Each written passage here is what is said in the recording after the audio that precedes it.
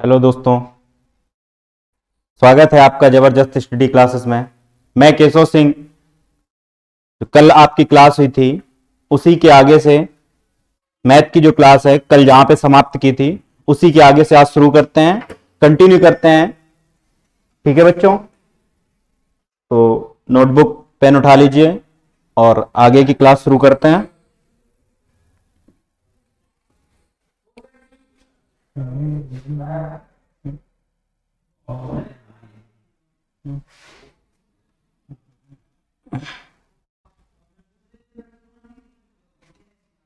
कल बात कर रहे थे बच्चों अभाज्य संख्याओं के बारे में। अभाज्य संख्याओं के बारे में हमने बताया था कि अभाज्य संख्याएं यानी ऐसी संख्याएं जिन संख्याओं में स्वयं का भाग चला जाए और एक का भाग चला जाए, इसके अलावा किसी अन्य संख्या का भाग ना जाए, तो वे संख्याएं अभाज्य संख्याएं होती हैं। ठीक है बच्चों,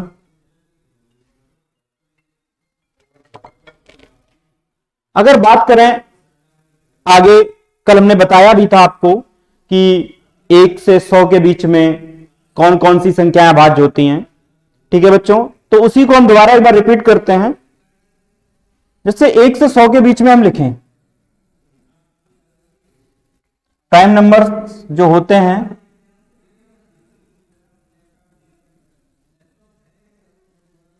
अभाज्य संख्याएं जो होती हैं। ठीक है बच्चों, कल हमने लिखी भी थी, उसको दोबारा एक बार रिपीट किए दे रहे हैं। 1 से 100 के बीच की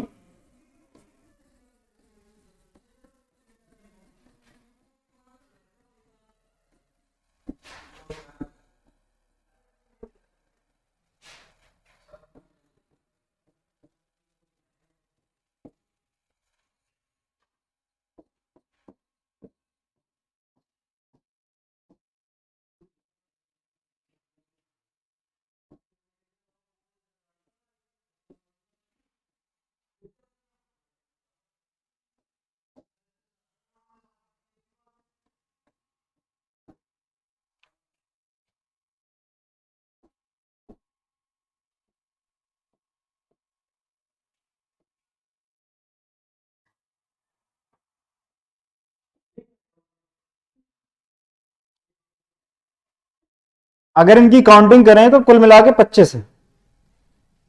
काउंट कर सकते हैं, 4 2 6 3 9 3 12 3 15 3 18 3 21 और 4 25, यानी 1 से 100 के बीच में कुल 25 अभाज्य संख्या होती हैं। ठीक है बच्चों, कल हमने बताया भी था जो सबसे छोटी अभाज्य संख्या है वह 2 होती है, इसके बाद फिर 3 फिर 5 फिर 7, ऐसे ही 100 तक टोटल लिखी है 25 अभाज्य संख्या। ठीक है बच्चों, 1 से 100 तक कुल मिलाकर 25 अभाज्य संख्या होती हैं। सबसे छोटी अभाज्य संख्या कह सकते हैं 2 है, फिर उसके बाद 3 फिर 5, ऐसे ही आगे बढ़ते जाते हैं। इन्हीं में से कुछ क्वेश्चन पूछे जाते हैं कि सबसे छोटी अभाज्य संख्या कौन सी है, तो 2 होती है। सम अभाज्य संख्या बताएं तो मात्र 2 ही एक ऐसी संख्या जो सम और अभाज्य दोनों ही होती है। सबसे छोटी विषम अभाज्य संख्या बताएं तो 3 होती है, क्योंकि 2 अभाज्य तो है, सबसे छोटी भी है लेकिन वो सम अभाज्य है। हमसे क्वेश्चन किया गया सबसे छोटी विषम अभाज्य संख्या बताएं तो 3 है। सबसे छोटी 2 अंक की अभाज्य संख्या बताएं तो इसी से हम कह सकते हैं 11 है। सबसे बड़ी 2 अंक की अभाज्य संख्या बताएं तो 97 है।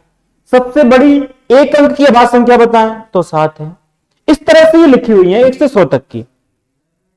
ठीक है, अब अगर हम बात करें, कभी हमसे क्वेश्चन ऐसे पूछ दिया जाता है कि 1 से 100 तक कुल कितनी अभाज्य संख्या है, तो हमने देखा कि 25 हैं। फिर इन्हीं में ही डिवाइड करके पूछ दिया जाए 1 से 50 के बीच, या 50 से 100 के बीच, या 1 से 40 के बीच, 70 से 100 के बीच, 60 से 100 के बीच, ऐसे कुछ भी पूछ दिया जाए तो हम आंसर कैसे देंगे, ये पता है तब तो ठीक है पूरा लिख के। लेकिन अगर हम इन्हीं को एक कोड में लिख लें तो थोड़ा हमें आसान रहेगा। इन्हीं को एक हम कोड में लिख लें तो हमें आसानी से बता सकते हैं किसके किसके बीच की पूछी जा रही है। ठीक है बच्चों, तो अगर हम इसी में देखें तो हम जैसे काउंटिंग लिखते हैं तो हम लिखते हैं 1 से 10, 11 से 20, 21 से 30, ऐसे ही लास्ट वाला 91 से 100। तो अगर हम इन्हीं को ही उन्हीं में से डिवाइड करें तो देखो ये जो 4 संख्याएं हैं, पहली 4 संख्याएं 1 से 10 के बीच की हैं, फिर बाद की 4 संख्याएं 11 से 20 के बीच की हैं, फिर 2 संख्या 21 से 30 के बीच की हैं, उसके बाद फिर 2 संख्याएं 31 से 40 के बीच की हैं, फिर 3 संख्याएं 41 से 50 के बीच की हैं, फिर 2 संख्याएं 51 से 60 के बीच की हैं, फिर ऐसे ही 2 संख्याएं 61 से 70, फिर इसके बाद ये 2 और 1 और 3 संख्याएं 71 से 80 के बीच की हैं, फिर 2 संख्याएं 81 से 90 और लास्ट में ये एक 91 से 100 के बीच, यानी कि 91 से 100 के बीच में एक अभाज्य संख्या है। ठीक है बच्चों, इन्हीं को हमें कोड में लिख लेते हैं, तो हमें याद करने में एक कोड याद कर लेंगे, उसी से बड़े आसानी से हम बता सकते हैं। ठीक है बच्चों, तो हम कोड में इसको लिखना चाहें तो एक कोड लिख सकते हैं 44 22 32 23 21। ठीक है बच्चों, ये कोड लिखा है 44 22 32 23 21। अब इसी को अगर हम समझें तो हमने अभी बताया 1 से 10 के बीच कितनी अभाज्य संख्या है? 4।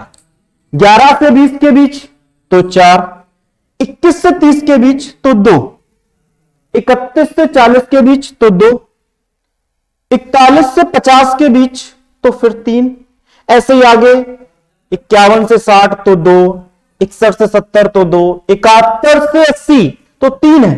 देखो ये 2 और 1 ये 81 से 90 के बीच तो 2 और लास्ट में।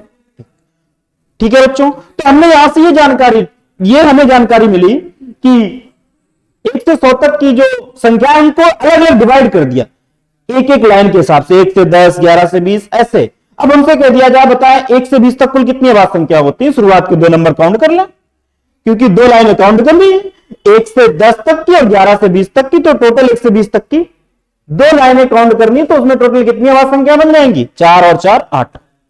संख्याओं को लिख के हमें काउंटिंग करने की जरूरत नहीं पड़ेगी अगर ये कोड हम याद कर लेंगे। ठीक है बच्चों, अब अगर हम यहां पे देखें, इसके आगे अगर हमसे पूछ दिया जाए कि बताएं 1 से 30 तक कितनी होगी, तो 1 नंबर और काउंट कर लेंगे। 1 से 50 तक कितनी होगी, शुरुआत के 5 नंबर काउंट कर लेंगे।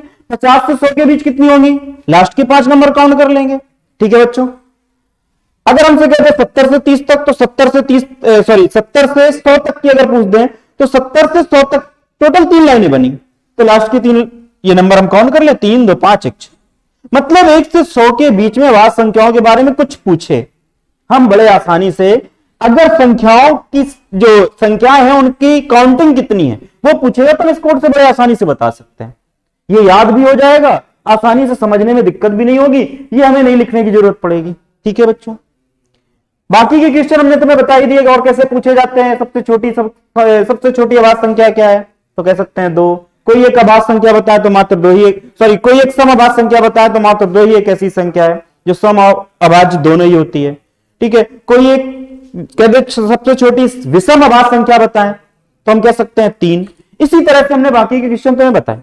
ठीक है, तो कुछ क्वेश्चन आप डायरेक्ट लिख लो कि 1 से 100 तक, ये याद ही कर लो, ये तो हमने लिख ही दिया, इससे तो निकाल ही सकते हो। 1 से 100 तक कुल 25 अभाज्य संख्या होती हैं। 1 से 50 तक टोटल 50, 1 से 50 तक टोटल 15 अभाज्य संख्या होती हैं। फिर कहते 50 से 100 के बीच में तो 10 अभाज्य संख्या होती है। ऐसे हम इससे भी निकाल सकते हो, याद भी रख सकते हो। ठीक है बच्चों, यहां तक क्लियर है? आगे बढ़े, स्क्रीनशॉट लेना है तो ले सकते हैं।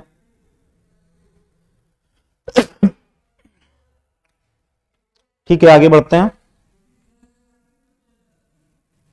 अब बात करते हैं इसी में ही और पॉइंट होते हैं, जैसे सह अभाज्य संख्याएं क्या होती हैं।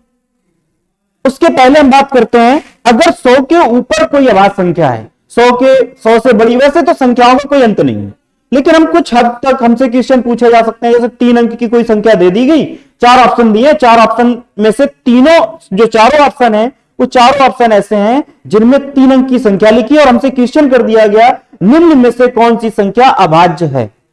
अब हम कैसे समझेंगे कि कौन सी अभाज्य है कौन सी नहीं है, तो उसके लिए हम एक रूल समझ लें तो हम आसानी से निकाल सकते हैं। भाई 1 से 100 तक तो हमने बता दी कौन कौन सी हैं, लेकिन उसके ऊपर भी तो अभाज्य संख्या होंगी। तो अगर हमने 100 के बाद अगर कोई संख्या अभाज्य चेक करनी है कि अभाज्य होगी कि नहीं, तो अभाज्य संख्याओं की अगर जांच करनी है तो उसके लिए हम एक नियम समझेंगे।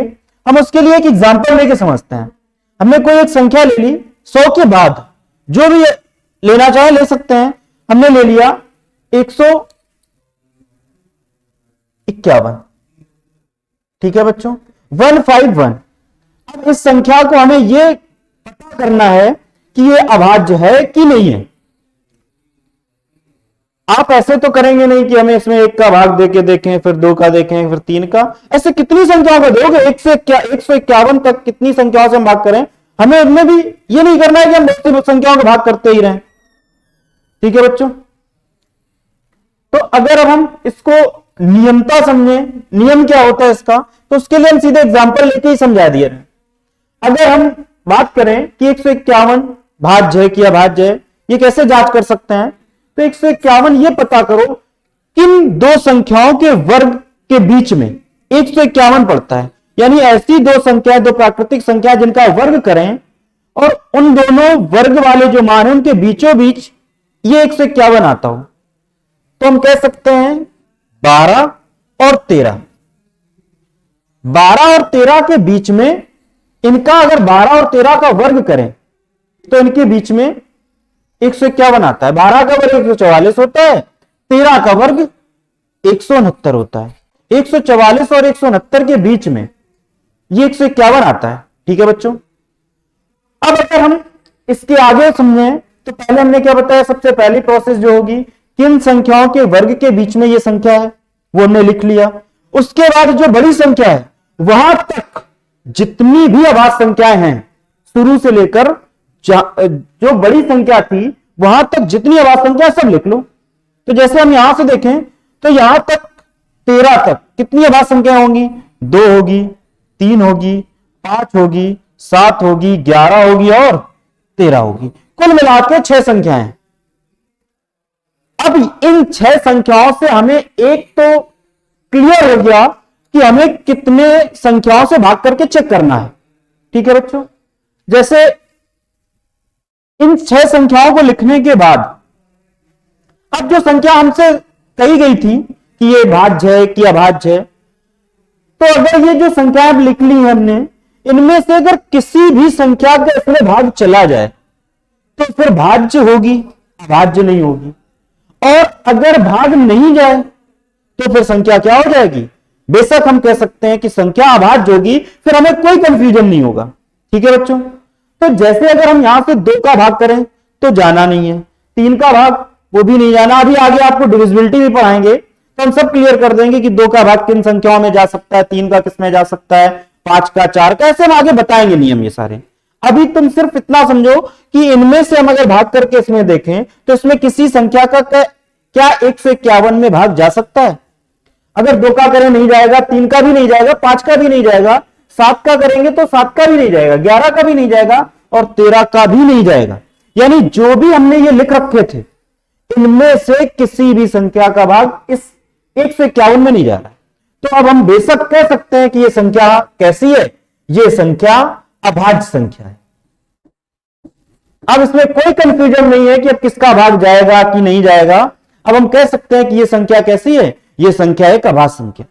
तो ये बात क्लियर हुई कि कोई भी अगर संख्या हमें चेक करनी हो कि वो अभाज्य है कि नहीं है तो हम इस तरह से चेक कर सकते हैं, ठीक है बच्चों। इसी के साथ ही एक एग्जाम्पल लेके और देखते हैं। इसी के साथ यहीं पे साइड में लिख के बता दे रहे हैं तो थोड़ा समझने में आसानी रहेगी, ठीक है बच्चों। जैसे हमने एक दूसरी संख्या लिखी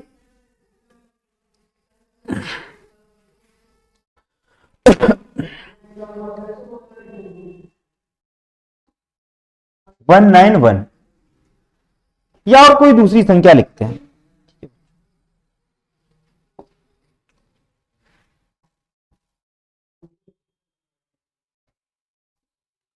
177। अब 177 को अगर हमें चेक करना है, समझना है कि ये संख्या प्राइम है कि कंपोजिट है, इसको क्लियर करने के लिए हम यही नियम जो अभी हमने समझाया इसी तरह से इसको समझेंगे। सबसे पहला काम होगा वो ये होगा कि 177 किन दो संख्याओं के वर्ग के बीच में। तो अभी जैसे हमने यहां पे देखा था वैसे सेम यहां पे भी देखेंगे। तो 177 आपका 13 और 14 13 और 14 के वर्ग के बीच में है। ठीक है बच्चों, यानी जो ये 177 है ये 13 का वर्ग 169 और 14 का वर्ग 196 के बीच में आता है। ठीक है, तो अगर हम 13 और 14 के बीच में संख्या को लिख लिया, फिर हमने ये बताया जो बड़ी संख्या है वहां तक की सारी अभाज्य संख्याएं लिख लो। तो वहां तक अगर हम लिखेंगे तो यही निकलेंगी 2 3 5 7 11 और 13। ठीक है बच्चों, इतनी संख्याएं जो हमने ये लिख रखी हैं, इनमें से अगर किसी भी संख्या से इस 177 में भाग चला जाए तो फिर ये 177 अभाज्य नहीं होगी। ठीक है बच्चों, अगर भाग नहीं जाएगा तो कह सकते हैं अभाज्य हो जाएगी। तो इसमें से क्या किसी का भाग जा सकता है? 2 का नहीं जाएगा, 3 का भी नहीं जाएगा, 5 का भी नहीं जाएगा, 7 का भाग 7 का भी नहीं जाएगा, 11 का भी नहीं जाएगा और 13 का भी नहीं जाएगा। यानी हम कह सकते हैं ये भी एक कैसी संख्या है? ये भी एक अभाज्य संख्या है। अभी आगे हम आपको जब डिविजिबिलिटी पढ़ा देंगे तो थोड़ा और आसानी से जल्दी समझ जाया करेंगे आप कि किसका भाग जाएगा किसका नहीं जाएगा। ठीक है बच्चों, तो अगर कभी हमें किसी संख्या को यह पता करना है कि वो भाज्य है कि अभाज्य है, 100 तक तो हमने लिख दी थी संख्या, इसके ऊपर अगर कोई संख्या दे दे, अब ऊपर ऐसा नहीं कि लाखों में लिख दी, अब फिर हम यही पता कर रहे हैं कि किसके किसके वर्ग के बीच में होगी, तो एक लिमिट देगा, 3 अंक तक लिख देगा, 4 अंक तक भी लिख सकता है, तो उसके लिए भी आप कर सकते हैं। ठीक है, प्रोसेस इसी तरह से करके। तो अगर हमसे कोई संख्या अभाज्य है कि नहीं है ये पता करने के लिए बोले, 4 ऑप्शन दिए हो तो उन 4 ऑप्शन को कोई कोई ऑप्शन तो ऐसा होगा देखने से ही पता चल जाएगा कि भाज्य है कि अभाज्य। जैसे मान लो कि कोई सम संख्या लिखी तो वो कभी अभाज्य नहीं हो सकती 2 के अलावा, और अगर कोई ऐसी संख्या लिखी जिसके जो अंकों का योग है वो अगर 3 से डिविजिबल है तो भी अभाज्य नहीं होगी, क्योंकि 3 से संख्या कट जाएगी। ऐसे ही और सारे नियम जब डिविजिबिलिटी पढ़ाएंगे तो अपने आप क्लियर होते जाएंगे। ठीक है बच्चों, यहां तक क्लियर है अभाज्य संख्याओं का पार्ट? आगे बढ़े, स्क्रीनशॉट लेना चाहते हैं ले सकते हैं।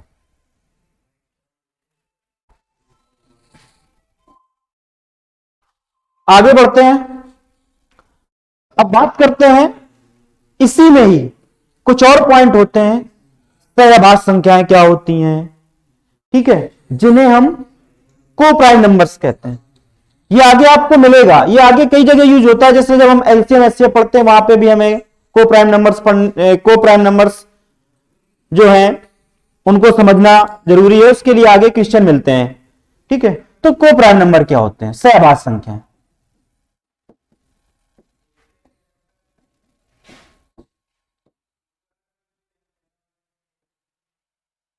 को प्राइम नंबर्स क्या होते हैं बच्चों? ऐसी 2 या 2 से अधिक संख्याएं, मतलब को प्राइम का मतलब अकेले किसी को हम नहीं कह सकते हैं, किसी के साथ सहअभाज्य, सह का मतलब किसी के साथ होना चाहिए। तो ऐसी 2 या 2 से अधिक संख्याओं का एक जो कॉम्बिनेशन होगा, जो जोड़ा होगा, जिनका मासा यानी एचसीएफ सदैव 1 हो, वे संख्याएं सहअभाज्य संख्याएं होती हैं। अब उनमें हमें यह कोई जरूरी नहीं है कि वो दोनों ही अभाज्य हों या दोनों भाज्य हों या एक अभाज्य हो एक भाज्य हो, बस इतना ध्यान रखो ऐसी 2 या 2 से अधिक संख्याएं जिनका मासा 1 हो वे संख्याएं सहअभाज्य संख्याएं होती हैं। ठीक है बच्चों, जैसे हमने लिख दिया 2, 3, इन दोनों संख्याओं का मासा 1 है, तो ये संख्याएं कैसी हैं? सहअभाज्य। हमने लिख दिया 3, 5, ये भी सहअभाज्य है। हमने लिख दिया 5, 7, ये भी सहअभाज्य है। हमने लिख दिया 7, 11, ये भी सहअभाज्य है। हमने लिख दिया 3 और 4, ये भी सहअभाज्य है।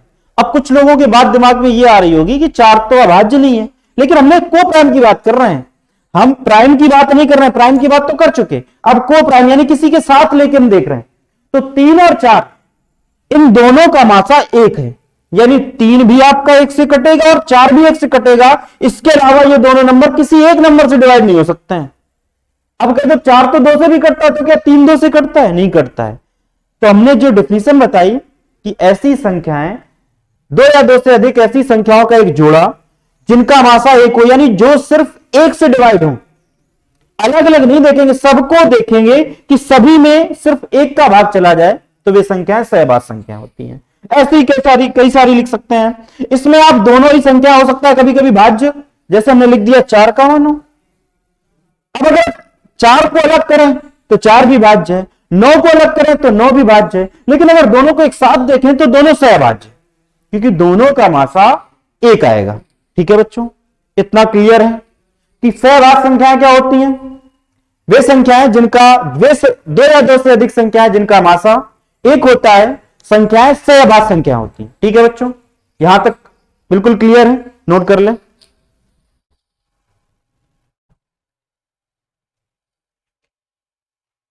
इसके बाद बात करते हैं ट्विन प्राइम क्या होते हैं।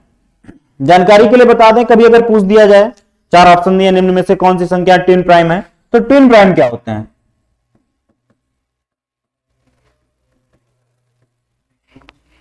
ट्विन प्राइम क्या होते हैं इसके लिए आप समझ लें।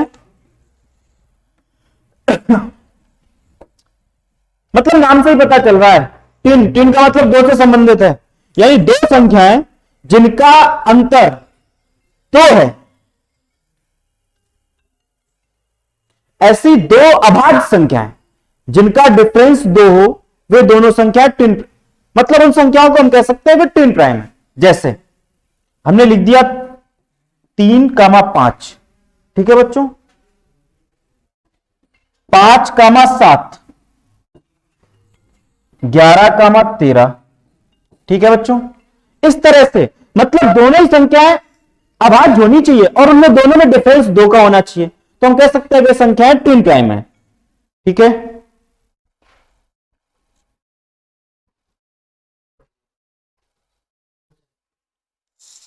ठीक है बच्चों, अब इसमें अच्छा दिख रहा होगा आप लोगों को।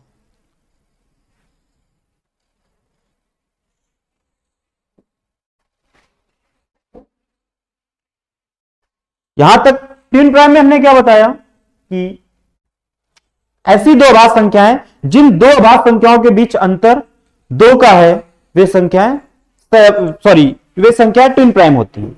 ठीक है, ये जानकारी के लिए बता दिया, कभी हो सकता है पूछ दिया जाए तो ये भी पता होना चाहिए।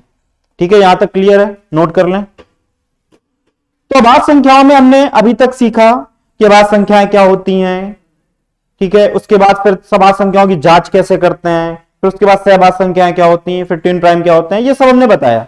अब उसके बाद अभाज्य संख्याओं के बाद बात करते हैं भाज्य संख्याओं की। तो अगर ये क्लियर हो गया अभाज्य संख्याएं क्या होती हैं, तो फिर भाज्य संख्याएं आसान है क्लियर करना। ठीक है, अब आगे अगला टॉपिक इसी में भाज्य संख्याएं क्या होती हैं। ठीक है बच्चों,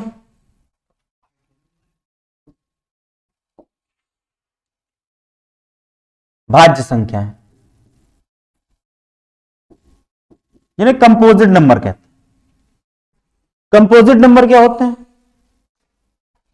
मतलब अभी तक हमने जो प्राकृतिक संख्याओं को पढ़ा था उनमें अगर हम अभाज्य संख्याओं को निकाल दें और 1 को निकाल दें, इसके अलावा जितनी भी संख्याएं बचेंगी वे सारी संख्याएं भाज्य संख्याएं होती हैं, क्योंकि 1 ना तो भाज्य होती है ना ही अभाज्य होती है।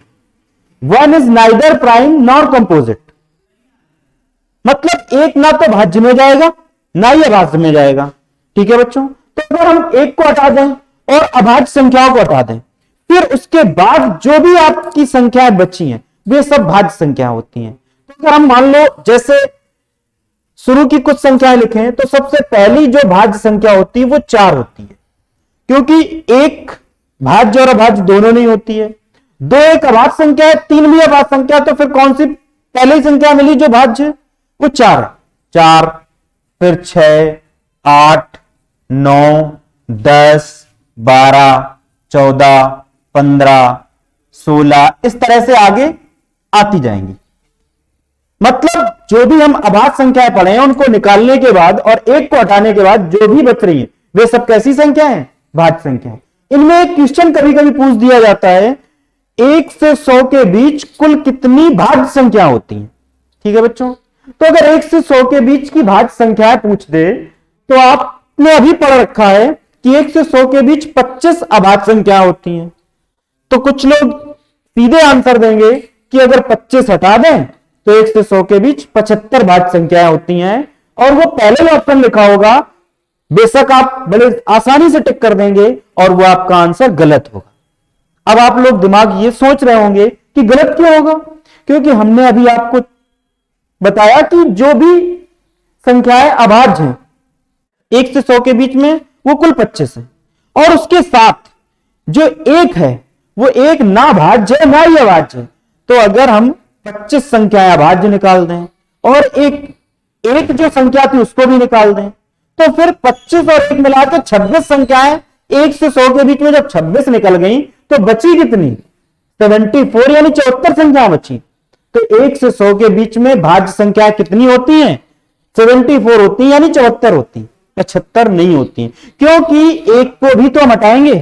ठीक है बच्चों, तो ये याद रखना, ये कभी कंफ्यूजन ना हो पाए कि 1 से 100 के बीच में अगर 25 अभाज्य होती हैं तो 75 भाज्य कह दें, गलत है। ठीक है बच्चों, ये ध्यान रखना।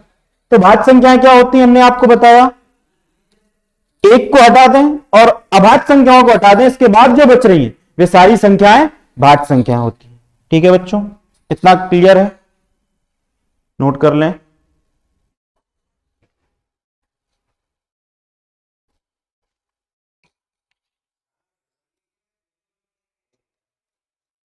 अब इसके बाद बात करते हैं इसके आगे।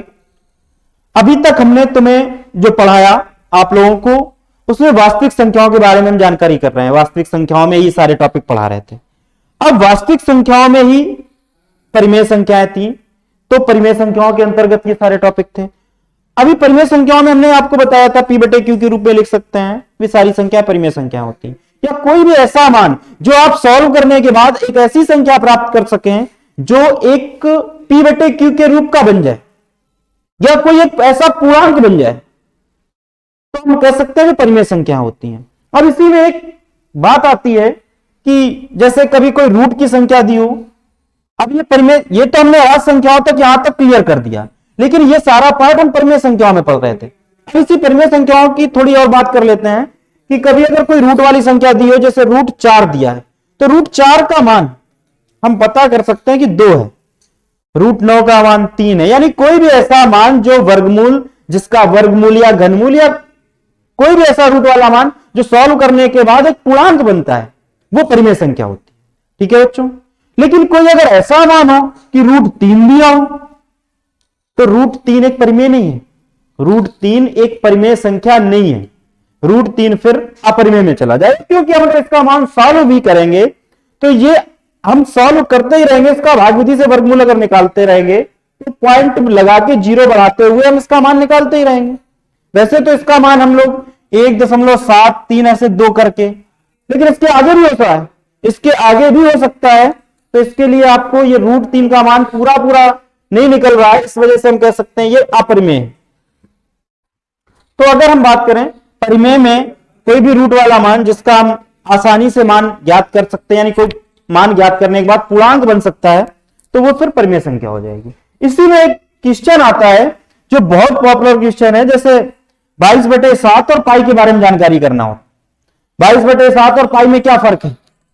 तो क्या 22/7 सिर्फ पाई का ही मान है? 22/7 एक भिन्न भी तो है, जरूरी नहीं कि पाई के मान को हम 22/7 कह दिए, हमने 22/7 लिख दिया तो हाँ, मोस्टली लोगों का दिमाग यही जाएगा कि 22/7 एक पाई का मान होता है, बिल्कुल होता है, लेकिन 22/7 एक संख्या भी हो सकती है, एक भिन्न भी हो सकती है। तो अगर कभी ये लिखा है 22/7 तो आप बोलेंगे परिमेय संख्या है, और अगर पाई लिखा है तो आप बोलेंगे अपरिमेय संख्या है। यह बहुत पूछा जाता है, क्योंकि अगर पूछ दिया जाए कि पाई कैसी संख्या है तो लोग सोचेंगे पाई का मान तो 22/7 होता है, और पाई का मान अगर 22/7 है तो P/Q बन गया, तो 22 जो पाई है ये पाई एक परिमेय संख्या, जबकि गलत है। पाई का मान 22/7 एग्जैक्ट नहीं होता है, पाई का मान जो होता है 22/7 उसका एक निकटतम मान दिया गया है। ठीक है ना, तो पाई के मान सिर्फ अगर पाई लिख के दिया गया है तो हम बोलेंगे अपरिमेय, और अगर 22/7 लिख के दिया गया है तो बोलेंगे परिमेय। कोई भी रूट वाली ऐसी संख्या जिसका हम वर्गमूल निकालकर या घनमूल निकालकर जैसा दिया गया है उससे एक पूर्णांक बना सकते हो तो भी एक परिमेय संख्या होती है, और अगर नहीं बना सकते हैं तो वो संख्या अपरिमेय होती है। ठीक है बच्चों, तो अगर अपरिमेय संख्या लिखनी है तो अपरिमेय संख्या में लिख सकते हो, ऐसी संख्याएं जिन्हें हम P/Q के रूप में नहीं लिख सकते हैं वे संख्याएं अपरिमेय संख्या होती हैं। ठीक है बच्चों, तो अगर आपको एग्जाम्पल भी लिखने हैं परिमेय संख्याओं के तो लिख सकते हो एग्जाम्पल में कि पाई हो गया, √3 हो गया, √2 हो गया, ऐसे ही और भी संख्या हो सकती हैं। तो ये सब कैसी संख्या है? अपरिमेय संख्या है। अब परिमेय और अपरिमेय अगर मिल जाए, जैसे हमने लिख दिया, इसी में आप यहां पे समझ लो, जैसे हमने लिख दिया 2 और √3, इसके बीच में हमने लगा दिया प्लस, तो 2 + √3 बन गया। अब ये दे दिया गया 2 + √3 कैसी है, परिमेय है कि अपरिमेय है? अब कंफ्यूजन हो गया कि 2 तो परिमेय है, √3 अपरिमेय है, दोनों मिला के क्या बनाएंगे? तो कभी भी एक परिमेय और एक अपरिमेय मिल जाए, वो चाहे प्लस करके मिले, चाहे माइनस करके मिले, चाहे गुणा करके मिले, चाहे भाग करके मिले, वो दोनों मिलके परिमेय भले ही है उनके साथ, लेकिन अपरिमेय अगर है तो पूरी संख्या वो अपरिमेय हो जाती। समझ गए? मतलब क्या बताया हमने? अगर ये 2 + √3 लिखा है तो हम इसको क्या बोलेंगे? ये एक अपरिमेय संख्या है। कैसी संख्या है? अपरिमेय है। जैसे 2 - √3 लिख दें तो भी अपरिमेय है, 2 √3 लिख दें मतलब 2 × √3 लिख दें तो भी अपरिमेय है, 2/√3 लिख दें तो भी अपरिमेय। मतलब एक संख्या परिमेय और एक अपरिमेय, इनका जोड़, घटाना, गुणा, भाग अपरिमेय संख्या बनती है। ठीक है बच्चों? तो अपरिमेय संख्या में हमने बताया कि जिन संख्याओं को P/Q के रूप में नहीं लिख सकते हैं वे संख्याएं अपरिमेय संख्याएं होती हैं। ठीक है, यहां तक क्लियर है? अब इसके बाद आगे बात करते हैं। इतना नोट करना है तो नोट कर लें, स्क्रीनशॉट ले लें। ठीक है बच्चों, अब इसके बाद आगे बात करते हैं। यहां तक का हमने जो टॉपिक बताया वो संख्याओं से रिलेटेड था, जिसमें हमने 2 तरह की संख्याएं आपको बताई, वास्तविक, काल्पनिक। वास्तविक के 2 पार्ट, परिमेय और परिमेय। परिमेय के कई सारे पार्ट बताए। परिमेय संख्याओं में किस तरह की संख्याओं को हम परिमेय संख्या कह सकते हैं। अपरिमेय संख्याओं के बारे में भी बात की।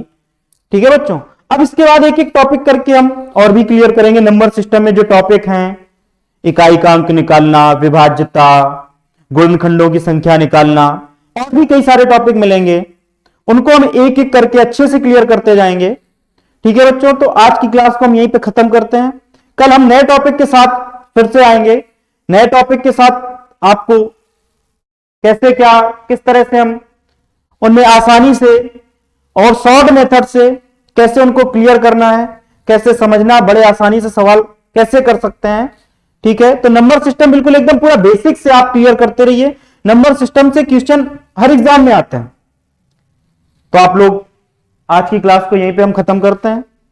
आप लोगों ने अगर अभी तक हमारे चैनल को सब्सक्राइब नहीं किया है तो सब्सक्राइब कर लें, और उसमें जो भी और भी क्लास के वीडियो पड़े हैं, अगर आप उसकी तैयारी कर रहे हैं, जो कोई भी पर्टिकुलर सब्जेक्ट है उसको अगर आप परचेज करना चाहते हैं तो हमारे ऐप में भी वीडियोस पड़े हैं, उनको भी ले लीजिए। ठीक है बच्चों, तो आज की क्लास को हम यहीं पे समाप्त करते हैं। ठीक है, धन्यवाद।